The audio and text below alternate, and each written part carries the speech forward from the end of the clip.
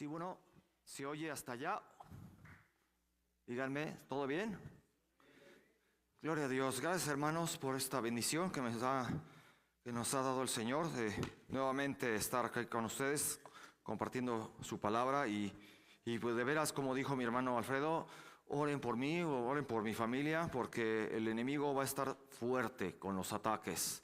Casi siempre el enemigo se encarga de atacar a sus líderes, a sus siervos, para tropezar a los feligreses, ¿no? A los congregantes. Casi siempre sucede eso. Ya lo hemos visto lamentablemente en el caso de muchos pastores muy reconocidos, cómo van cayendo y eso cómo me duele y me baja a la tierra, ¿no? Me pone los pies en la tierra y me dice: eres humano, eres carnal, no eres invulnerable, ¿cómo se dice? No eres indestructible, pero la gloria es para el Señor, ¿no? No es para hacer las cosas correctamente y que me alaben a mí, ¿yo qué? ¿No? Es para el Señor. Así que, bueno, este tema que voy a tocar el día de hoy es un tema que todos nosotros hemos pasado en algún momento. Y ustedes vieron que hace varios años Disney y Pixar sacó una película que se llama Intensamente, y luego hace unos meses salió la segunda parte, Intensamente 2, y ahí la niña protagonista, la güerita Riley, le surgen las nuevas emociones, ¿no? Le brotan, y una de ellas, ¿cuál es? Es la ansiedad, ¿no? Y la ansiedad es un enemigo mortal, resulta ser el peor villano. El villano de la película es la ansiedad. No por nada lo pusieron así, no por nada está ahí la ansiedad como el enemigo que hay que controlar y hay que vencer. Es horrible lo que causa en la gente la ansiedad y la gente no sabe qué hacer y está desesperada por combatirla. Así que vamos a ver primeramente qué es la ansiedad. Es una lucha común que enfrentan muchas personas en sus vidas, eso es la ansiedad. ¿Qué rodea la ansiedad, hermanos? Son los sentimientos del miedo, preocupación, incertidumbre, ¿sí o no? Y pueden rápidamente apoderarse del corazón y la mente si no lo controlamos. Y eso hace que sea más difícil encontrar la paz y descansar. Y mucha gente trata de buscar la paz y no la halla. Y bueno, antes de comenzar con cualquier cosa, vamos a ver qué es la ansiedad, pero qué es lo que opina el mundo y la psicología moderna de la ansiedad. Para así más notar los contrastes con lo que la palabra de Dios nos dice de esta y cómo enfrentarla. ¿Les parece? Así que vamos a empezar primero desde el punto de vista de la psicología moderna. ¿Qué es la ansiedad? Bueno, dice la psicología que la ansiedad es un fenómeno que experimentamos todas las personas. En condiciones normales mejora nuestro rendimiento y nos ayuda a adaptarnos al medio social, laboral y académico. Tiene sus puntos buenos. Escuchen, mejora nuestro rendimiento y nos ayuda a adaptarnos al medio social. Porque si no tuviéramos nada de ansiedad, diríamos, pues que venga, que pase lo que pase, yo aquí no hago nada, ¿no? No, nos ayuda a estar alertas. ¿Pero cómo funciona esto? Bueno, la psicología la define como un sistema de alerta y activación ante situaciones que percibimos como amenazantes. Ahí hay que tomar lo bueno. Es como si tu mente y tu cuerpo se pusieran en modo alerta máxima, ¿sí o no? Para enfrentar lo que consideramos peligroso. Vemos un síntoma de la ansiedad. Un síntoma son cognitivos o de pensamiento, que son sensación de inseguridad, miedo, dificultad para concentrarte. Cuando te invade la ansiedad, eso es. Tienes dificultad para concentrarte, hay preocupación excesiva, entre otros. A veces, hermanos, somos muy preocupones. Hay gente más preocupona que otra, pero en algún momento de nuestra vida estamos muy preocupones por algo. ¿Qué otro factor hay de los síntomas? Son fisiológicos o corporales. ¿Cuáles son las consecuencias? Taquicardia, sudoración, tensión muscular, sequedad bucal. Qué bueno que me dieron esto, sequedad bucal. Otro síntoma, conductuales y observables, que es impulsividad, que nos queremos adelantar a las cosas. Dificultad para estar quieto. Dificultad para estar quieto, está buenísimo ese. Conductas de evitación, o sea, evadimos cosas, ¿no? No todos experimentamos los mismos síntomas ni con la misma intensidad. Otro, ansiedad adaptativa versus patológica. ¿Qué es esto? La ansiedad normal y proporcionada es funcional y adaptativa. y nos ayuda a estar alerta y tomar decisiones adecuadas, como mencioné. Sin embargo, cuando la ansiedad supera ciertos límites, se convierte en un problema de salud. Esto puede afectar nuestra calidad de vida y nuestras actividades diarias, ¿sí o no? Otra, gestión de la ansiedad. Gestión es administración. ¿Cómo controlarla? No se trata de eliminar la ansiedad por completo. Eso es imposible, sino de aprender a controlarla. Imagina si no sintiéramos ansiedad al cruzar una calle o en situaciones de peligro real. Pues ahora sí que nos lleva el tren, ¿no? Literalmente. La clave está en mantener la ansiedad en niveles óptimos para que siga siendo funcional sin interferir negativamente en nuestra vida. En resumen, la ansiedad es parte de nuestra experiencia humana, pero aprender a manejarla es fundamental. Sí, así es, pero no dicen cómo. La psicología moderna no dice cómo exactamente, los problemas más internos de ella. Y bueno, como a la psicología moderna le encanta inflar el tema y estar dándole vueltas en vez de ir al núcleo del problema, que todos sabemos que en parte es un asunto espiritual, pues surgen ahora diversas ramificaciones del tema, como por ejemplo los llamados trastornos de ansiedad. Ahora todo lo quieren llamar trastorno, ¿verdad?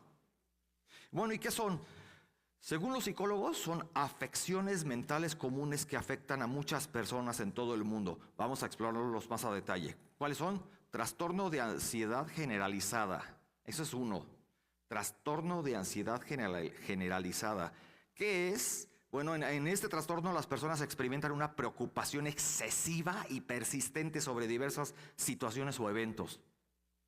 Y a menudo esta preocupación es desproporcionada y dificulta su funcionamiento diario.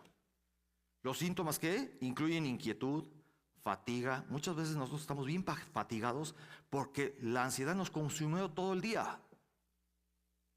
Fatiga, dificultad para concentrarse y tensión muscular. ¿Qué tal los dolorcitos acá atrás del cuello? Ahí está la ansiedad. El producto de ella es toda la tensión ahí sobre el cuello, sobre la espalda. El TAG, o sea, trastorno de ansiedad generalizada, puede durar meses o incluso años. 2. Trastorno de ansiedad social. ¿Qué es eso? Fobia social. Todo esto lo que lo estoy diciendo es desde el punto de la psicología moderna. Tiene puntos buenos y saludables que nos pueden dar tips cómo manejarlo, y otros puntos pues se ve que no saben nada, ¿no? De los áreas espirituales no saben, así que, pero de una vez vamos a verlos, se los quiero traer a ustedes para que los recordemos cómo la psicología moderna lo maneja, ¿ok? Trastorno de ansiedad social. ¿Qué es? Fobia social. Estas personas con fobia social sienten un miedo intenso y persistente a situaciones sociales o de rendimiento. A veces a mí me pasaba, más de niño, me pasaba de joven y me pasa un poquito menos ahora, pero es eso, ¿no? Esa fobia social, ¿no? De estar en un lugar con mucha gente. Esta gente teme ser juzgada o humillada por los demás. También hay un trauma del pasado, ¿no? Por el que teman ser juzgadas o humilladas. Y esto puede llevar a evitar situaciones sociales o a experimentar una gran ansiedad cuando se enfrenta a ellas. Otros son fobias específicas. ¿Qué son? Fobias con miedos irracionales y abrumadoras hacia objetos o situaciones específicas. Por ejemplo, miedo a volar. Es obvio, ¿quién no tiene miedo a caerse, no? Miedo a las arañas, miedo a la altura. Son fobias específicas, ¿no? Esas personas a menudo evitan lo que les provoca miedo o ansiedad intensa. Es natural que nos alejemos de eso, ¿no? Otro, trastorno de ansiedad por separación. ¿Qué es eso? Principalmente les afecta a los niños, pero también puede presentarse en adultos. Se caracteriza por un miedo excesivo a la separación de figuras de apego, como padres o cuidadores. Eso es ansiedad por separación. Y los síntomas incluyen angustia al separarse, pesadillas y dificultad para dormir cuando no están cerca de la figura de apego, ¿no? Sí, siguiente, otras formas de trastornos de ansiedad. Bueno, existen más como el trastorno de pánico, o sea, con ataques de pánico repentinos. El trastorno obsesivo compulsivo, con pensamientos intrusivos y rituales compulsivos. De veras, todo le quieren llamar trastorno, ¿no? El trastorno de estrés postraumático. Lo hemos oído varias veces eso, estrés postraumático. O sea, después de una experiencia traumática. Hombres que regresan de la guerra cosas así, ¿no? Es importante que recordemos, hermanos, que puedes tú tener más de un trastorno de ansiedad al mismo tiempo. ¡Qué horror! En general, los trastornos de ansiedad se refieren a condiciones en las que una persona experimenta niveles excesivos o desproporcionados de ansiedad, miedo o preocupación que puede interferir con su vida diaria. Y ahora, ¿cómo el mundo maneja todo este asunto? Bueno, dice un artículo, manejar la ansiedad es fundamental para mantener un equilibrio emocional y una buena calidad de vida. ¿Cuáles son las estrategias para manejar la ansiedad que aconsejan los expertos? Aquí tenemos algunas estrategias efectivas que podemos aplicar, que no tienen nada de malo. Vean, uno, pero también son superficiales. No puedo negar que no dejan de ser superficiales, pero esto es lo que el mundo recomienda. Vean, respiración profunda, nada más eso. La respiración consciente puede ayudarte a reducir la ansiedad. Intenta inhalar profundamente durante unos segundos, mantén el aire y luego exhala lentamente. Está muy buena esa técnica, pero el problema no se va. El problema va a seguir ahí. Repite este proceso varias veces, dice. 2, relajación muscular progresiva. También ayuda, físicamente ayuda, ¿no? Es tensar y relajar los músculos musculares. Los grupos musculares uno por uno. Puedes hacerlo acostado o sentado. Es excelente para liberar la tensión física y mental. O sea, sí, físicamente ayuda. También la meditación y el yoga recomiendan, que son técnicas efectivas para reducir la ansiedad y el estrés. Bueno, el yoga, si tomas la parte del ejercicio, está bien. Si ya tomas la parte esotérica, pues allá tú. ¿Qué es lo que estás llenando tu mente, ¿no? Con cosas tontas. Ejercicio regular. Hace bien. La actividad física regular puede ayudar a liberar endorfinas, reducir la tensión y mejorar el estado de ánimo. Es muy cierto. Caminar, nadar, bailar, cualquier actividad que te guste puede marcar la diferencia. 4, y esta es muy buena, organización y planificación. Muchas veces estamos ansiosos porque somos desordenados. No pusimos las cosas en orden y ahí estamos con las consecuencias, ¿sí o no, hermanos? Ahí estamos. Organización. Cuando te organizas, cuando todo lo planeas desde un poco de tiempo antes, te baja mucho el estrés. Dice, mantener una agenda o lista de tareas puede ayudarte a sentirte más controlado y menos abrumado. Divide las tareas en pasos más pequeños y abórdalas uno a la vez. Es como todo, ¿no? No te puedes comer un pastelote de un bocado, tienes que partirlo en rebanadas. Así es, con las actividades diarias. Divídela en pequeños pedacitos y atiende a uno a la vez. Mantén una rutina diaria estructurada que te puede proporcionar un sentido de control y estabilidad, lo que te puede hacer útil para reducir la ansiedad, ¿no es cierto? Otro, autocuidado. Dedica tiempo para ti mismo. Bueno, esto puede sonar medio egoísta, ¿no? Pero hay veces que estamos tan atendidos en cosas que nos desatendemos a nosotros mismos. A eso se refiere, ¿no? Que te alimentes bien, pues, que tomes agua, que te destenses. Practica actividades que te relajen, como leer, escuchar música o tomar un baño caliente. Priorízate, esos son tips. Otra, aceptación. Aprende a aceptar lo que no puedes cambiar. Eso es lo que los estoicos griegos practicaban para no dejar que las circunstancias negativas, externas les afectaran emocionalmente. Tiene sus puntos buenos el estoicismo en cuanto a no dejar que nos perjudiquen todas estas cosas abrumadoras. A veces la ansiedad surge por querer controlar situaciones imposibles, ¿verdad? Hay cosas que no podemos controlar. Ya estamos ansiosos y estresados por cómo nos va a tocar el tráfico, cuando todavía ni siquiera sucede. Cosas así. O el clima. ¿Tú puedes controlar el clima? No podemos hacer eso. ¿Para qué nos llenamos de ansiedad si no podemos controlar cosas? Atención plena, mindfulness, se dice en inglés el término, atención plena. Esta técnica implica estar presente en el momento actual sin juzgar. Observa tus pensamientos y emociones sin aferrarte a ellos. Obsérvalos nada más. Ahí un tip dice, la meditación y la atención plena son excelentes prácticas. Bueno, pero lo malo es que aquí la meditación la mezclan con lo esotérico. No, se trata de que te relajes, no que estés pensando en quién sabe cuántos chakras se activen a ti. No, solamente relájate, ¿no? Llevar un diario, esta es una técnica muy buena, muy práctica, ¿no? Anotas tus pensamientos y emociones, bueno, depende de cada quien, ¿no? Eso te ayudará a identificar patrones y a comprender mejor tus desencadenantes de ansiedad. Puede ser. 9, esta es muy buena. Mantener una alimentación saludable. A eso me refería con ver por ti mismo. Come bien, vitamínate.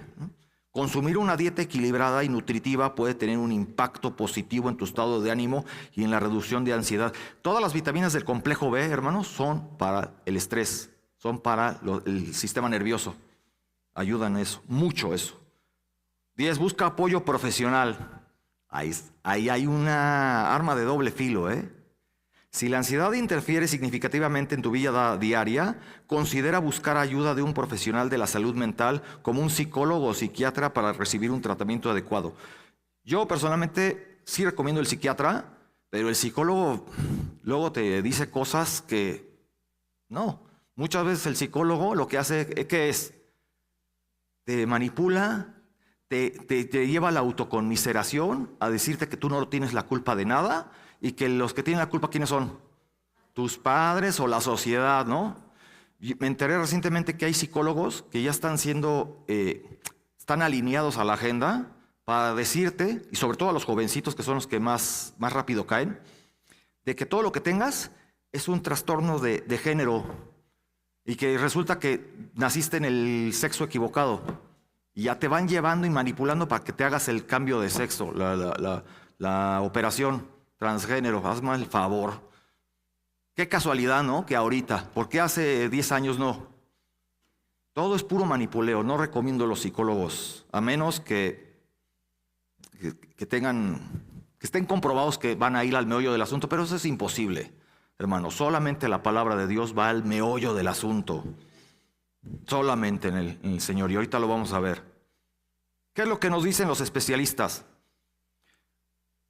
Cito, recuerda que cada persona es única, por lo que es importante encontrar las estrategias que funcionen mejor para ti. No dudes en experimentar con diferentes técnicas y buscar el apoyo necesario para manejar la ansiedad de manera efectiva. Siempre es recomendable hablar con un profesional, otra vez, de la salud mental si la ansiedad persiste o afecta tu vida cotidiana. Una vez me topé con un amigo, vecino de Satélite, que él era psicólogo y él tenía que ir con su propio psicólogo. O sea, el especialista de la salud mental tuvo que ser atendido por otro especialista de la salud mental. O sea, él mismo está balconeándose de que no tiene la solución a sus traumas y que otro los tiene que atender. Qué horror, ¿no? Qué ciclo. Pues muchos de estos puntos y soluciones que leí técnicamente se ayudan en muchas cosas, sí son buenos, proveen ayuda valiosa para contrarrestar la ansiedad, pero como dije, hermanos, ¿ustedes creen que ellos van a ir al núcleo y nos van a dar la solución para erradicarla? No, para nada. Gloria a Dios que la ansiedad es un tema que también se aborda en la Biblia, en la palabra de Dios. Gloria a Dios con ello. La ansiedad se considera una emoción natural y humana. Según la palabra de Dios, se considera una emoción natural y humana. Y como seres humanos, es normal que enfrentemos momentos de incertidumbre, duda o preocupación por el futuro. Sin embargo, la clave está en no permitir que la ansiedad nos controle y nos robe la paz. En lugar de preocuparnos y temer, la Biblia nos insta a confiar en el Señor y a llevar nuestras peticiones a Él. La ansiedad puede ser un recordatorio para volvernos a Dios. Anoten eso, la ansiedad puede ser un recordatorio para clamar a Dios, para volvernos a Dios. Cuando confiamos en su soberanía, ¿cómo descansa nuestra alma, no es cierto? Encontramos consuelo y esperanza, ¿sí o no? La palabra nos anima a despojarnos de la ansiedad y a recordar que el Señor está cerca y controla todas las cosas para nuestro bien. Estaba con mi familia viendo los noticieros y qué horror, puras malas noticias, pura tragedia, secuestros, crímenes, las decisiones de luego los políticos, qué barbaridad, ¿para dónde nos quieren llevar? nos dio ansiedad, nos dio como angustia, tristeza. Y luego nos pusimos a leer un pasaje bíblico y nos dio paz. Porque el Señor lo tiene todo bajo control. Y luego cosas del futuro, ay Señor, ya ven Señor, ¿sí o no? Pues vamos a ver algunas perspectivas bíblicas sobre el tema, ¿les parece? Tenemos 4 citas y aún 5, como el autor de Proverbios. 4 citas, leeré la quinta si ustedes me lo permiten, que pueden brindarnos consuelo y fortaleza cuando enfrentamos ansiedad, ¿les parece? Anoten, Salmo 56, del 3 al 4. Anoten el primer pasaje que nos va a ayudar sobre este tema, este problema que tenemos todos, que enfrentamos todos en algún momento. Salmo 56, del 3 al 4. ¿Qué dice? En el día que temo, yo en ti confío. En Dios alabaré su palabra. En Dios he confiado. ¿No qué? No temeré. ¿Qué puede hacerme el hombre? Un poquito de contexto, hermanos. Este capítulo 56 es un salmo de David. Aquí nos encontramos en el primer libro de Samuel 21. El contexto de este salmo es el primer libro de Samuel, capítulo 21. Anótenlo. Primera de Samuel 21, ahorita les digo los versículos. Y aquí David estaba huyendo de Saúl, para variar. Quien intentaba matarlo, para variar. Y en su desesperación, David se refugia en una ciudad llamada Gat, una ciudad filistea. O sea, va de Guatemala a Guatepeor. Huye de Saúl para caerle a los filisteos. Se refugia en una ciudad filistea y espera que no lo reconozcan. Sin embargo, los siervos del rey Aquis, que estaban ahí, los filisteos, lo identifican, lo capturan y lo llevan ante el rey. En esa situación, ¿cómo estaríamos nosotros? Ya todo se derrumbó, como diría Emanuel, ¿no? De hecho, vamos al pasaje, hermanos, al primer libro de Samuel, 21, del 10 al 15. ¿Qué dice? Primero de Samuel, 21, del 10 al 15.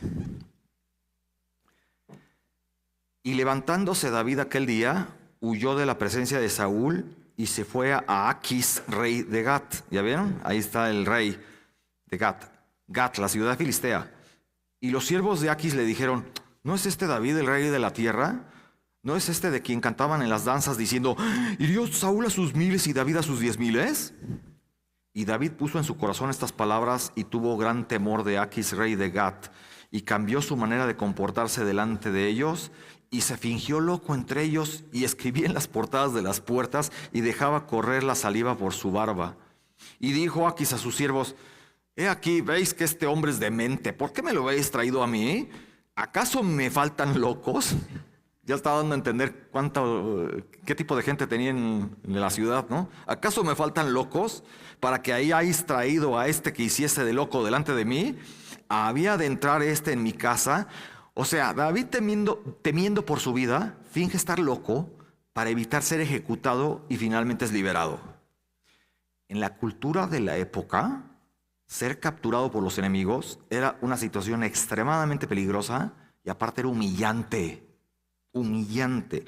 Los filisteos, como ustedes saben, eran enemigos acérrimos de Israel, y David, siendo un conocido guerrero israelita, estaba en una posición bien vulnerable. Y había una sensación de aislamiento y vulnerabilidad impresionante en David.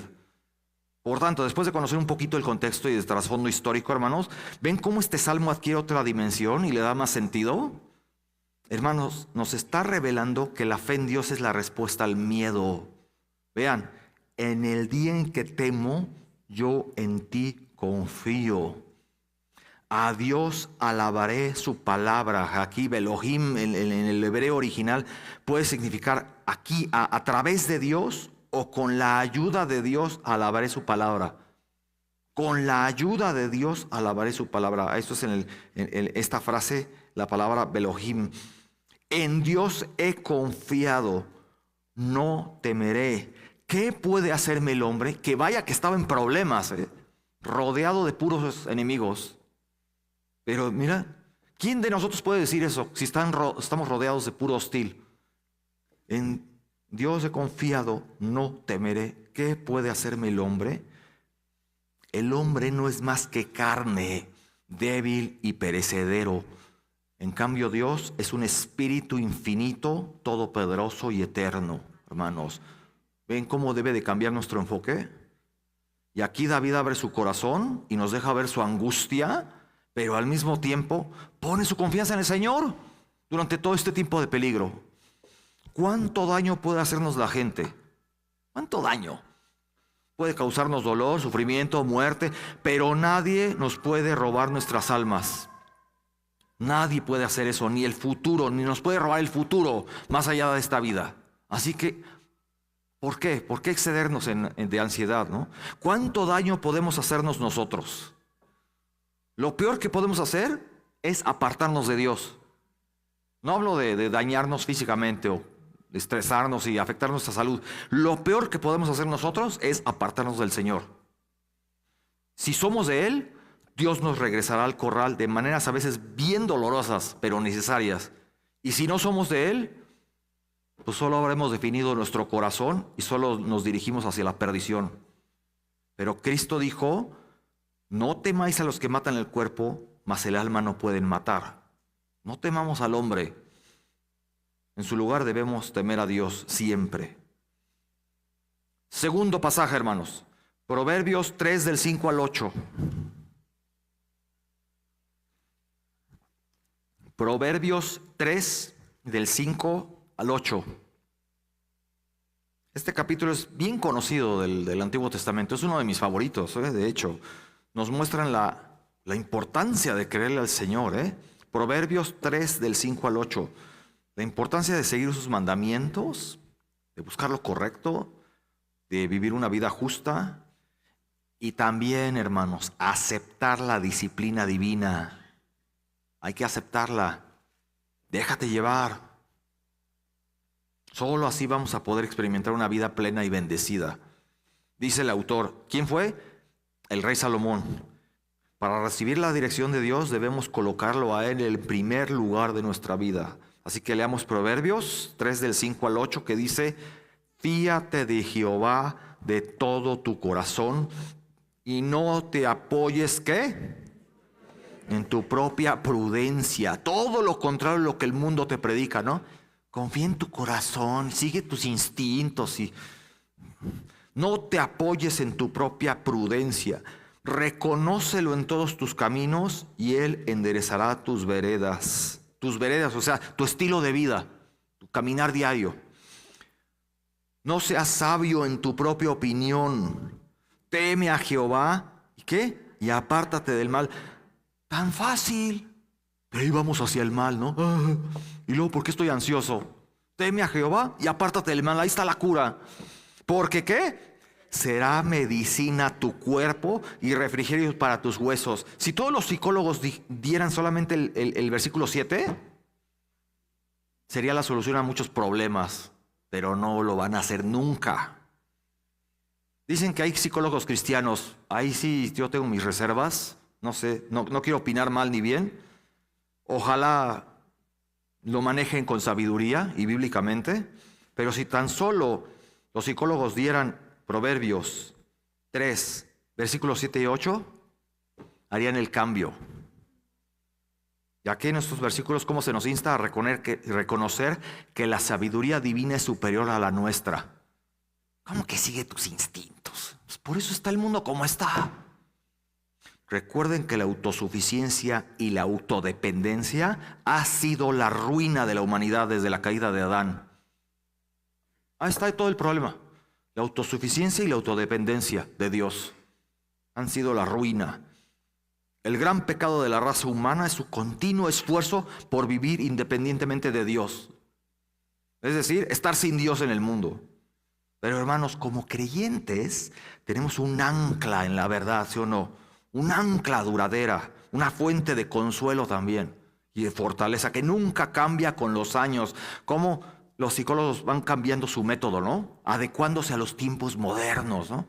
O las ideologías van cambiando a los tiempos. La palabra de Dios no cambia y se mantiene firme.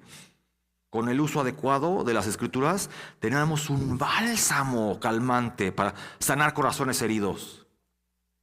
Podemos capear también, en el buen sentido, capear las tormentas más feroces y las noches más oscuras del alma, aferrándonos firmemente a nuestra fe.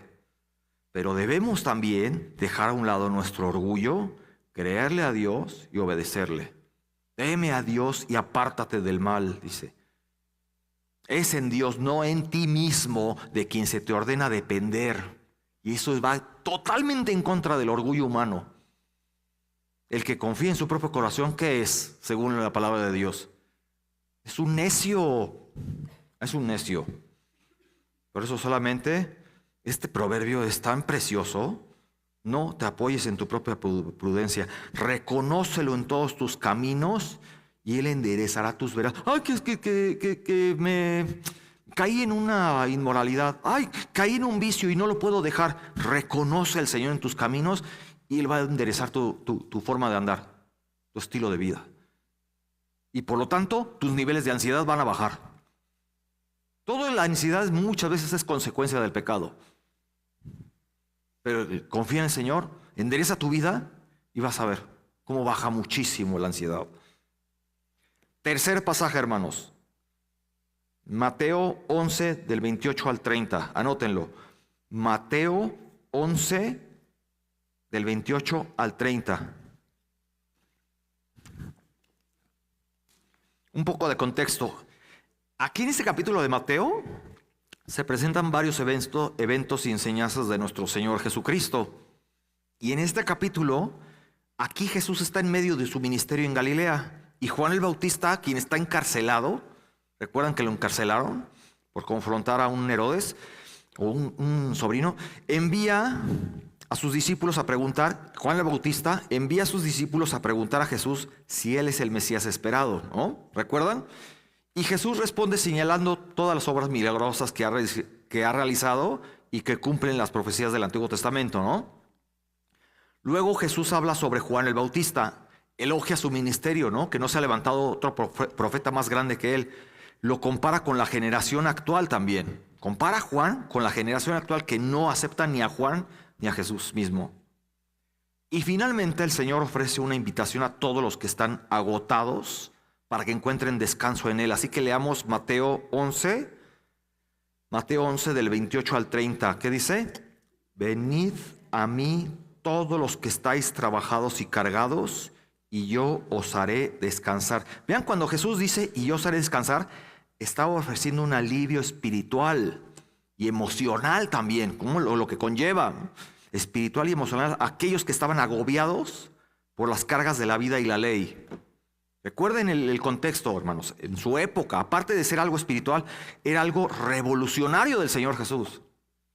Revolucionario y especialmente significativo para una audiencia que vivía tanto bajo la opresión romana como las estrictas interpretaciones de la ley mosaica, ¿no? Por parte de los fariseos. Ellos, aparte de las reglas, ponían otras reglas y asfixiaban a la gente. ¿Qué dice versículo 29? Llevad mi yugo sobre vosotros. Un yugo es un aparejo así pesado de madera que se ponía sobre dos o más bueyes, ¿no? Animales de arado, de carga. Se ata a cualquier cosa que se quiere que los bueyes arrastren, ¿no? Fíjense bien, qué extraña paradoja de esto. Qué paradoja tan rara, que un hombre ya cansado y sobrecargado debe cargar un nuevo peso sobre él, un yugo sobre él, para ser aliviado y encontrar descanso. ¿No parece paradójico esto? Llevad mi yugo sobre vosotros. ¿Cómo? ¿Cómo está eso? Pero este consejo es muy similar, el del Señor Jesús es muy similar al del Salmo 55, 22. Anótenlo también. El Salmo 55, 22 dice: echa tu carga sobre el Señor y Él te sostendrá. Echa tu carga sobre Jehová y Él te sostendrá. Parece contradictorio, ¿no? Pero en las cosas espirituales no lo hay. Es decir, confía en tu alma y en tus preocupaciones. O sea, confía en que tu alma y sus preocupaciones, que Él las llevará. Tanto tú, a ti mismo y a tu carga, el Señor te llevará. ¿Qué sigue de Mateo? Estamos viendo Mateo, llevad mi yugo sobre vosotros. ¿Y qué más dice el Señor Jesús? Y aprended de mí que soy manso y humilde de corazón. Aquí aparentemente dice, pues, ¿por qué? ¿Por qué dice esto el Señor Jesús? Bueno, si no fuera Dios, sería el más arrogante del mundo, ¿no? Al decir esto. Pero es Dios el que lo está diciendo, Dios encarnado, que pudo haberse enseñoreado de todo y de todos, ¿no? Pero vino como siervo humilde el Señor Jesús. Aprended de mí y hallaréis descanso para vuestras almas. Descanso, ahí se traduce del griego anapausis. Esta palabrita significa alivio o reposo. Anapausis. Jesús usa la palabra para describir alivio espiritual que ofrece a sus seguidores. Él les da un descanso del todo el interminable esfuerzo sin fruto para obtener la salvación por medio de las obras de la ley. Y obras y aparte otras cosas más, cargas pesadas. ¿Cómo el Señor nos libera, ¿no? Y cómo liberó a la gente de su momento, ¿no? ¿Cómo se refiere a un permanente respiro en la gracia de Dios, ¿no? Que es tan independientemente de las obras. Porque mi yugo es fácil, y ahí le está aclarando el Señor, porque mi yugo es fácil y ligera mi carga. Y la gente que no busca al Señor prefiere llevarse esas cargas pesadas. El orgullo, ¿verdad? También la ansiedad es por eso, puro orgullo. La gente prefiere que los líderes religiosos le digan esta ley, haz esto y haz esto y esto, y les agregan cargas y ellos a veces prefieren hacer eso que creerle al Señor. Si amas al Señor y le sigues, el yugo es fácil, es ligera la carga. Y la invitación del Señor al final es encontrar descanso en Él. Es una poderosa imagen de la salvación, ¿verdad? Y el alivio espiritual que el Señor ofrece. Amigos, el Evangelio no impone nada que sea difícil. Por el contrario, prevé la eliminación completa de todo lo que oprime y hace miserable al hombre, a saber, el pecado. Noten que esta es una invitación abierta a todos aquellos que escuchan, pero hecha de forma que solo puedan responder a ella quienes están cargados por su propia bancarrota espiritual. Solamente ellos. Quienes están cargados por el peso de tratar de salvarse a sí mismo mediante la práctica de la ley. Y como el mismo Señor remarcó en el Sermón del Monte, ¿no? Bienaventurados los pobres en espíritu, porque de ellos es el reino de Dios. A eso se refiere, los que tengan sufran de esa bancarrota espiritual. Por mí, Señor, no puedo, solamente confío en ti. A eso se refiere el yugo ligero que el Señor ofrece y que también combate la ansiedad. Cuarto pasaje, anótenlo, segunda de Timoteo 1:7. Segunda carta a Timoteo 1:7. Esta carta es de las cartas pastorales de Pablo. Es posible que haya sido la última en ser escrita por él. Yo creo que sí. Fue la última en ser escrita por Pablo durante su segundo encarcelamiento en Roma y poco antes de su martirio, poco antes de que lo ejecutaran. Fue escrita alrededor del año 67 después de Cristo. Por su parte, ¿qué era Timoteo? Era un jovenazo, líder de la iglesia de Éfeso, y Pablo entonces le escribe su última carta para animarlo y fortalecerlo en su ministerio, ¿no? Recuerden, 2 de Timoteo 1:7. Pablo le escribe a Timoteo, recuerden, ubiquen bien el contexto, lo escribe esta carta para animarlo y decirle que sea fuerte en su ministerio por todo lo que le espera. ¿Qué pasaba en la iglesia primitiva? La iglesia enfrentaba persecuciones, recuerden, enfrentaba persecuciones y desafíos internos también. Tanto persecuciones de afuera como desafíos internos. Se infiltraban algunos en las iglesias dando falsas enseñanzas y terminaban dividiendo a la iglesia también. Que la resurrección ya se efectuó, que Cristo no era Dios, y así tonterías estaban sembrando entre la gente. Así que este capítulo de Timoteo se centra en que tenga que ser fiel, fidelidad y coraje en el ministerio cristiano. Aquí Pablo anima a Timoteo a no avergonzarse del testimonio de Cristo ni de Pablo, quien está encarcelado por su fe. Y le recuerda a Timoteo el don de Dios que ha recibido y lo insta a que lo avive, que lo viva, que lo prenda. Y también le habla sobre el poder del Espíritu Santo para que enfrente todo sufrimiento y oposición que se le va a topar. Así que, ¿qué es lo que nos dice en particular este verso, hermanos? Segunda de Timoteo 1:7, porque no nos ha dado Dios espíritu de cobardía, sino de poder, de amor y de dominio propio. Hasta la convirtieron en alabanza, ¿no? Este versículo. Aquí cobardía se traduce del griego deilia, que también se puede traducir timidez. Timidez denota un temor vergonzoso y pusilánime. Pusilánime es de cobarde que huye del asunto. Eso es deilia. Temor vergonzoso y pusilánime. ¿Y qué es lo que le ocasiona ese temor? Que solo alguien con un carácter débil y egoísta también. O sea, todo lo contrario a un valiente. Y aquí Pablo le recuerda a Timoteo que el Espíritu Santo le está dando la fuerza y el coraje necesarios para enfrentar los desafíos de su ministerio.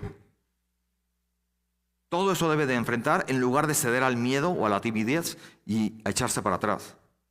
Aquí el pastor MacArthur nos comenta sobre el pasaje, y cito: es comprensible que la amenaza de persecución por parte de los romanos, que había aumentado por iniciativa de Nerón, es comprensible que la amenaza de persecución por parte de los romanos y la hostilidad de aquellos en la iglesia de Éfeso que resentían el liderazgo de Timoteo y los asaltos de los falsos maestros con sus sistemas sofisticados de engaño, todo eso se hayan constituido en realidades abrumadoras para Timoteo. No obstante, si este líder se sentía temeroso, era algo que no procedía de Dios. Si tenía miedo, no era de Dios, porque Dios nos da espíritu para ser valientes. Por tanto, Pablo le recuerda 3 cosas que Dios nos ha dado. Vean el versículo. ¿Cuáles son esas cosas? Poder, amor, dominio propio. Poder, del griego dunamis, de donde sacamos dinámico o dinamita, o sea, poder. En sentido positivo, Dios ha dado ya a los creyentes todo poder y fuerza con los recursos espirituales que necesitamos para toda prueba y amenaza, hermanos. Ahí el poder de Dios pertenece a los creyentes y para ellos, para todos nosotros, es una fuente permanente e inagotable de energía espiritual, eficaz y productiva. Es necio no aprovechar los recursos, hermanos. Segundo punto, amor, que en griego es ágape. En el original griego es ágape, no es otro tipo de amor. Es el amor divino, el ágape. Es el amor incondicional. Ustedes saben esa palabrita. Esta clase de amor se centra en el amor que no espera nada a cambio. Y en este caso, en el contexto de la carta de Pablo, le está diciendo a Timoteo que sea un amor que quiera agradar a Dios, no quedar bien con el hombre, no ser diplomático, sino solamente en glorificar a Dios, procurar el bienestar de los feligreses, ¿no? Además del propio, solamente buscando glorificar a Dios. Tercer punto, dominio propio, del griego sofronismos. Sofronismo, ¿qué significa esto? Autocontrol. A veces nosotros no tenemos autocontrol sobre las emociones intensas. Se refiere a una mente disciplinada que mantiene sus prioridades en orden. ¿Qué es lo que le pasaba a la chavita de Intensamente 2? Se dejó llevar por la ansiedad y estaba en crisis, sudando la pobrecita. Querer quedar bien con el equipo y con sus amigas y con sus papás, quedar bien con todos, pues no, te produce ansiedad que te lleva a una crisis fuerte. Pero no, mantén tus prioridades en orden. Todo eso es lo opuesto del temor y la cobardía que generan desorden y confusión. Si los creyentes nos enfocáramos en estos 3 poderes que el Señor nos da y en la naturaleza soberana y en los propósitos perfectos de nuestro Dios eterno, podríamos controlar nuestras vidas con mayor sabiduría, ¿no? Con mayor sabiduría, con más confianza en cualquier situación. Y se eliminaría tremendamente nuestra ansiedad. Ahí siempre ha estado disponible el remedio. De veras, ¿qué es de necios no aprovecharlo, hermanos? Ahí está en la palabra de Dios. Y bueno, ya con esto terminé, di los 4 puntos. No sé si quieren que dé el quinto. Adelante, ¿sí doy el quinto? Sí, luego estamos en Netflix 3 horas ahí, que no pueden aguantar un punto más. Luego estamos ahí en el telefonito, en el Facebook, y ya se nos va hora y media y no nos dimos cuenta. Y estábamos sentados en el baño. No es malo eso, para la salud, quedarte ahí sentado.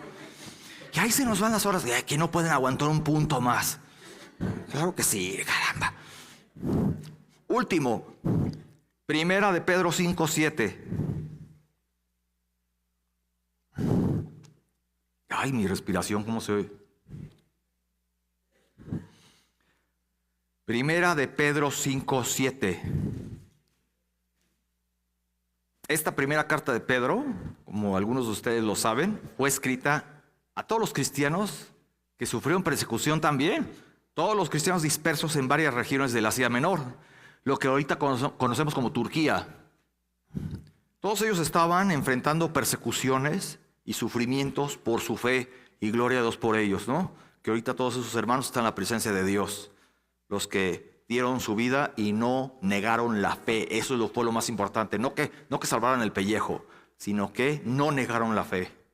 Y gracias a ellos es como ha llegado la palabra de Dios hasta nosotros, por todos esos hombres que perseveraron, tradujeron la Biblia a varios idiomas hasta llegar a nosotros.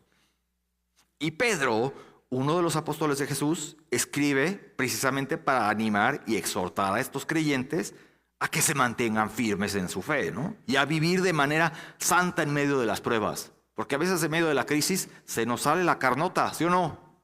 Como dice Henry Tolopilo, me salta el indio, ¿no? Sale la carne, sale el maleducado, el naco que llevo dentro, ¿no? No, ahí en medio de la crisis, comiéndote al Señor, porque luego sale lo peor de nosotros, ¿no? En la crisis. Bueno, pues en el capítulo 5 de esta carta se centra en la exhortación a los líderes de la iglesia, los ancianos, y a la comunidad en general. Y Pedro les da instrucciones sobre cómo deben comportarse, especialmente en tiempos de sufrimiento y persecución, no para guardar apariencia, sino cómo reaccionar en medio de esas crisis. También Pedro les recuerda la importancia de lo que es la humildad y la vigilancia espiritual. Estar atentos. ¿Qué es lo que le pasó a Pedro cuando se valentonó y le dijo al Señor, no, yo te seguiré hasta la muerte? Y ya cuando enfrenta el periodo de crisis, lo negó al Señor 3 veces. Así que nadie más que Pedro para escribirnos estas palabras, ¿no? Quien lo vivió en carne propia. Aquí Pedro los exhorta a los jóvenes a que se sometan a los ancianos y a todos a revestirse de humildad. Qué mejor que Pedro, ¿no? El más impetuoso de todos. Les recuerda que Dios resiste a los soberbios y les da gracia ¿a quiénes? Los humildes. Y también les insta a ser sobrios y vigilantes, ya que el diablo, como león rugiente, busca a quien devorar. Todo eso está en el capítulo 5 de Primera de Pedro. ¿Lo recuerdan, hermanos? Todos estos pasajes preciosos. Pero vamos a enfocarnos en el versículo 7. Primera de Pedro 5:7. ¿Qué dice Pedro? Primera de Pedro 5:7. Echando toda vuestra, ¿qué? Ansiedad sobre Él, porque Él tiene cuidado de vosotros. Qué manera de rematar, ¿no? Qué mejor que este pasaje para rematar y ser muy claro. Echando toda vuestra ansiedad sobre Él, porque Él tiene cuidado de vosotros. Vean cómo Pedro les anima a confiar en Dios y a dejar sus preocupaciones en sus manos, ¿no? Sabiendo que Dios se preocupa por ellos. Echando, es en griego el verbo epiripto. Qué curiosa palabrita. Echando es epiripto y significa poner algo sobre otra cosa. Estoy echando esto sobre otra cosa. Aquí los cristianos deben echar todo su descontento, todo su afán, desánimo, ansiedades, desesperanza y sufrimientos, todo échalo sobre el Señor. Ya vemos, confían en que Él sabe lo que hace en la vida de cada uno de nosotros. Dice, Él tiene cuidado. Cuidado en el griego es meló, que significa que tiene preocupación, que tiene la cura El Señor tiene la cura. Que nosotros los escogidos somos su objeto de atención, ¿sabía? ¿Quiénes somos nosotros? Todo nos lo ha dado por gracia. Y aún así se preocupa por nosotros. Querida hermana, hermano, al hacerse cargo por usted mismo de sus temores, presiones y problemas diarios, usted muestra que no confía totalmente en Dios. Repito, al hacerse usted cargo por usted mismo, usted misma de sus temores, presiones y problemas diarios, usted muestra que no confía totalmente en Dios. Esto requiere humildad, este cambio de enfoque requiere humildad. Como Proverbios, lo que leímos, el primer pasaje, hay que reconocer el cuidado de Dios, admitir nuestra necesidad y permitir que otros en nuestra familia o en los creyentes, en el círculo de creyentes, nos brinden ayuda, una pequeña consejería también. Algunas veces pensamos que los problemas por nuestro propio pecado y necedad no le interesan a Dios, pero sí. Cuando nos volvemos a Él arrepentidos, Él va a llevar incluso el peso de dichos problemas. El dejar que Dios se haga cargo de nuestras preocupaciones nos llama a la acción, hermanos, no a la pasividad. No se someta, hermano o hermana, a las circunstancias, sino al Señor, quien controla las circunstancias. No a las circunstancias, sino al Señor que las controla. Como dice el Salmo 37:5, Salmo 37:5, encomienda a Jehová tu camino y confía en Él y Él hará. Encomienda a Jehová tu camino y confía en Él y Él hará, hermanos. Pues todos estos versículos son como un bálsamo para el alma, ¿no es así? Podemos meditar en ellos, orar por ellos o con ellos y encontrar consuelo en la palabra de Dios, porque siempre estamos rodeados de su amor y cuidado. ¿Sí o no? Las palabras de las Escrituras, al ser espirituales, son eternas y hablan profundamente de la condición humana. Los tips que les di al principio de los psicólogos, muchas cosas son buenas, pero nunca van al núcleo, nunca resuelven los problemas espirituales. Solamente la palabra de Dios nos habla de la condición humana, llegan hasta nuestras ansiedades más profundas y ofrecen consuelo y aliento. En momentos de miedo y pánico podemos recurrir a estos versículos pues para reafirmar, ¿no?, el amor inquebrantable de Dios por nosotros. Actúan, ¿no?, como recordatorio que muy a menudo necesitamos, que incluso en nuestro miedo y ansiedad no son olvidados. No estamos solos, hermanos. Ay, soy el único que tiene ansiedad de esto y esto. No eres el único ni la única. Hay más que ha sufrido eso y que ha pasado por cosas más fuertes. No estamos solos. Se mantienen perpetuamente estas cosas en las amorosas manos del Señor si se las echas. Como dice ahí el pasaje, échalas sobre de Él. No te las tragues. Peor todavía, te afecta todo las entrañas, el sistema nervioso, todo te afecta. Hay gente que tiene arterioesclerosis, o sea, ese tapamiento de las venas, porque todas las emociones se las tragan. No las echan. Claro, no hay que descargarlas en el mal sentido, ¿no? La ira, que salga todo el indio. No, hay que descargarlas al Señor. Mientras los creyentes navegamos por los desafíos de la ansiedad, podemos encontrar fortaleza y tranquilidad en las páginas de las Escrituras, ¿no? Y meditemos en estos versículos que nos hablan de promesas, de presencia, de paz. En fin, las personas pueden experimentar una sensación de calma y seguridad en medio de sus luchas. Que estos versículos, hermanos, que estos versículos bíblicos para la ansiedad nos sirvan, ¿no?, como fuente de esperanza y aliento, guiando corazones y mentes hacia otros para que vean el poder restaurador de la palabra de Dios. ¿No es así?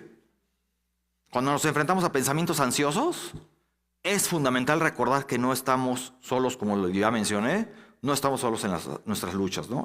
La palabra nos asegura la presencia y el cuidado de Dios en momentos de confusión. Si estamos confundidos es porque queremos. El Señor nos libra de toda confusión porque es un Dios de orden. Como dice Isaías 41:10, anótenlo también. Isaías 41:10.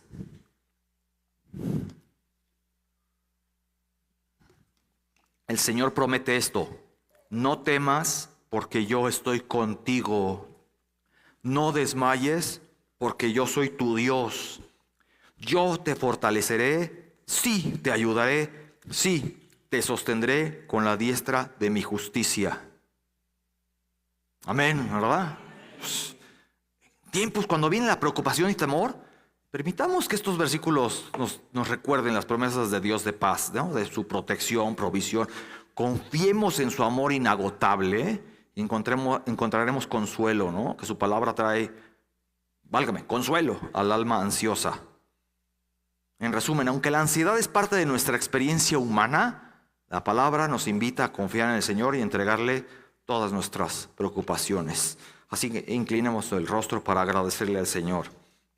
Bendito Señor, gracias te damos porque tú nos das la solución, porque tu palabra es divinamente inspirada y por lo tanto da los recursos espirituales para poder bajar nuestros niveles de ansiedad, que a veces no son otra cosa que producto de nuestro propio orgullo, de nuestra ignorancia o de nuestro desorden o de nuestra negligencia.